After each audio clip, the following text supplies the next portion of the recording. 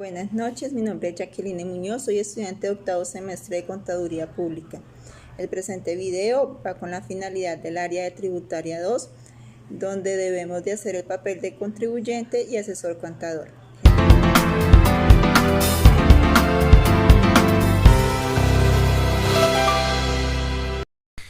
Hola, buenas noches. Mi nombre es Miguel Ángel Reyes Polanía, soy estudiante del último semestre de Contaduría Pública de la Universidad Uniminuto. Me encargo de hacer una actividad sobre donde una persona va a ser el asesor contador y de mi parte sería como tal el contribuyente. En este caso pues haremos unas preguntas básicas, empezando esto preguntándole al contador una situación donde ¿qué pasaría si no hice la declaración de renta a tiempo? ¿Qué sanciones debe enfrentar al no haberla realizado a tiempo? ¿Qué porcentaje de interés debo pagar? Y otra pregunta es, si no he implementado la facturación electrónica en la empresa o no la he empezado o no ha empezado el proceso, ¿qué sanciones incurriría por no haberla implementado?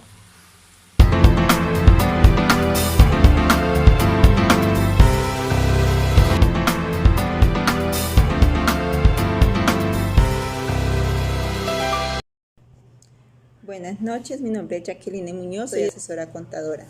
Entonces, primera pregunta, ¿qué pasa si no se presenta una declaración de renta a tiempo? Entonces, si una declaración de renta se presenta después de la fecha límite, se debe de pagar una sanción. Esta sanción es conocida como sanción por extemporaneidad. Siguiente pregunta. ¿Cuánto es la sanción mínima que se debe de pagar y cuál sería su interés moratorio? Entonces, la sanción mínima equivale a 10 VTs. Para el año 2021, el VT está en 36.308 pesos. Es decir, la sanción mínima estaría en 363.000 pesos. Y los intereses que maneja la DIAN, la tasa de interés moratorio sería el 24.19% según el estatuto tributario del artículo 635. Siguiente pregunta. Si a la fecha no se ha implementado la facturación electrónica, ¿qué sanciones trae o consecuencias a la empresa?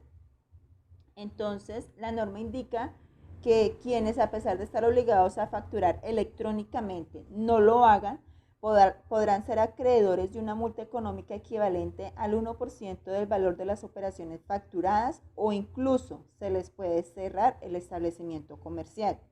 Sin embargo, la entidad ha aclarado que por el momento la única sanción vigente es la social y comercial que sufren las empresas al no cumplir con este requisito.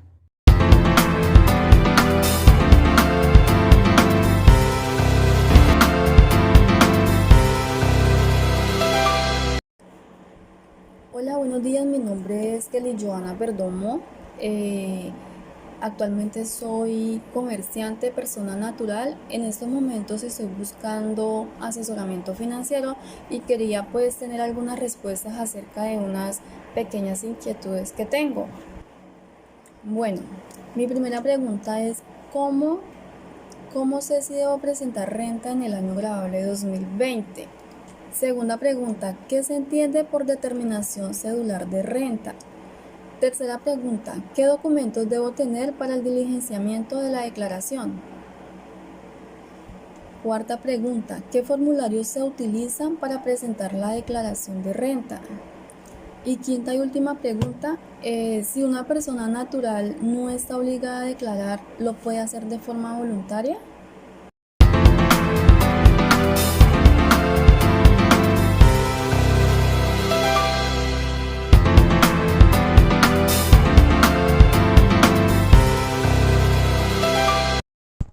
Bueno, este es de otro contribuyente. La pregunta es la siguiente. ¿Cómo sé si debo presentar declaración de renta por el año grabable 2020? Entonces, para esto tenemos unos topes para declarar renta. Entonces, entre esto tenemos que el patrimonio bruto al término gravable del año 2020 sea igual o superior a 160.262.000 pesos. Segundo, que los ingresos totales del respectivo ejercicio gravable sean iguales o superiores a 49.850.000 pesos. Que los consumos mediante tarjeta de crédito sean iguales o superiores a 49.850.000 pesos. Que el valor total de las compras y consumos sean iguales o superiores a 49.850.000 pesos.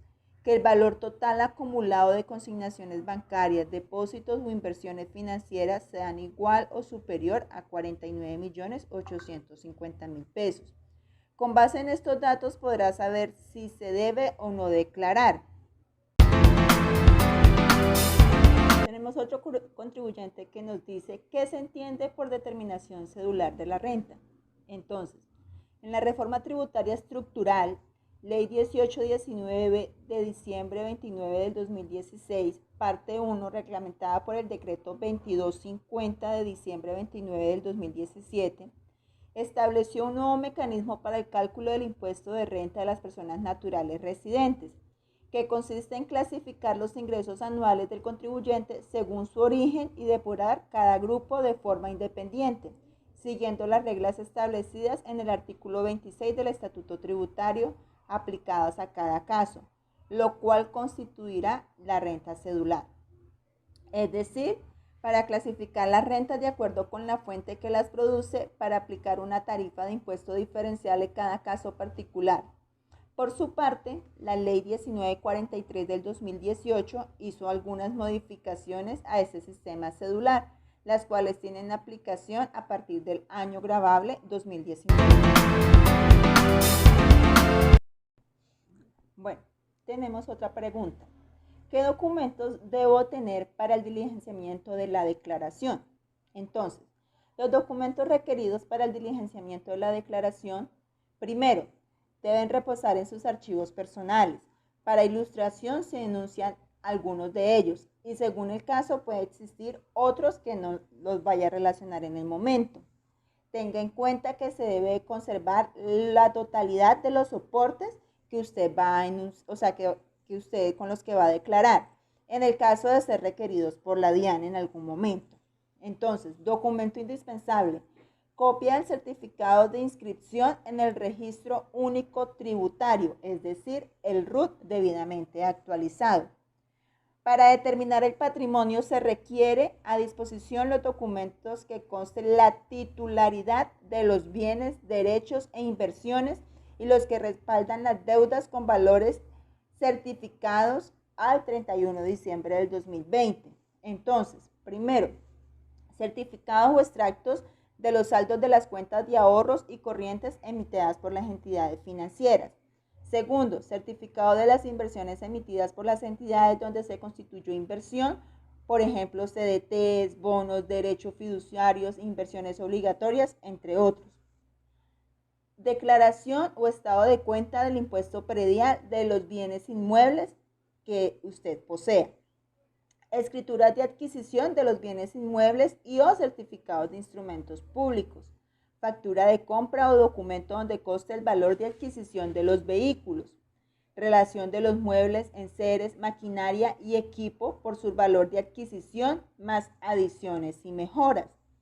Certificado de avalúo técnico de los bienes incorporables, tales como el goodwill, derechos de autor, propiedad industrial, literaria, artística, científica y otros. Letras, pagarés, hipotecas y demás documentos que respalden cuentas por cobrar y obligaciones o deudas conforme a los requisitos de ley. Para determinar los ingresos, se requiere tener a disposición que consten todo lo que fue grabado o recibidos durante el año 2020 conforme a los artículos 27 y 28 del Estatuto Tributario, entre otros que les sean aplicables dependiendo de la actividad económica. Entonces, primero, certificado de ingresos y retenciones por pagos laborales y rentas de trabajo en general. Segundo, Cálculo del promedio del salario recibido en los últimos 6 meses a la fecha del pago de cesantías e intereses de las mismas. Certificado de salario básico siempre y cuando haya tenido calidad de oficial o suboficial de fuerzas militares o Policía Nacional. Certificado de la bonificación por retiro voluntario siempre y cuando sea ciudadano colombiano que haya integrado las reservas oficiales de primera y segunda clase de la Armada Nacional y que se haya desempeñado en las actividades señaladas en el artículo 22 de la Ley 44 de 1990, es decir, actividades de navegante oficial o tripulante. Certificado de indemnizaciones por accidentes de trabajo, de enfermedad, maternidad, gastos de entierro del trabajador, seguro por muerte y compensaciones por muerte de miembros de las fuerzas militares. Certificado de la prima especial y prima de costo de vida que tratan el decreto 3357 del 2009. Certificados por indemnizaciones sustitutivas de la pensión o devoluciones de saldos de ahorro pensional. Certificado de pago de recompensas, certificado de dividendos y participaciones recibidos durante el año expedidos por las sociedades de las cuales es socio o accionista, certificados de ingresos recibidos durante el año por concepto de utilidades repartidas por sociedades liquidadas, certificados por conceptos de dividendo y participaciones recibidos en el año, entre otros, certificado de pago por conceptos de alimentación efectuados por su empleador. Para determinar los pagos que constituyen deducciones, gastos procedentes y descuentos tributarios. Entonces tenemos certificados de pagos de salud, certificado por donaciones a la nación, departamentos, municipios, distritos, territorios indígenas y otros. Relación de facturas de gasto indicando el valor total y si tienen impuestos, IVA y demás, ir estipulado dentro de ella. Pagos por concepto de impuesto de industria y comercio, avisos y tableros y predial. Certificado de donaciones e inversiones que haya efectuado durante el año. En los casos que se requiera la certificación para acreditar la deducción por dependientes económicos. Los contribuyentes que perciban ingresos considerados como rentas de trabajo derivados de una fuente diferente a la relación laboral o legal reglamentaria podrán detraer los costos y gastos que tengan relación con la actividad productora de renta en los términos previstos en el Estatuto Tributario.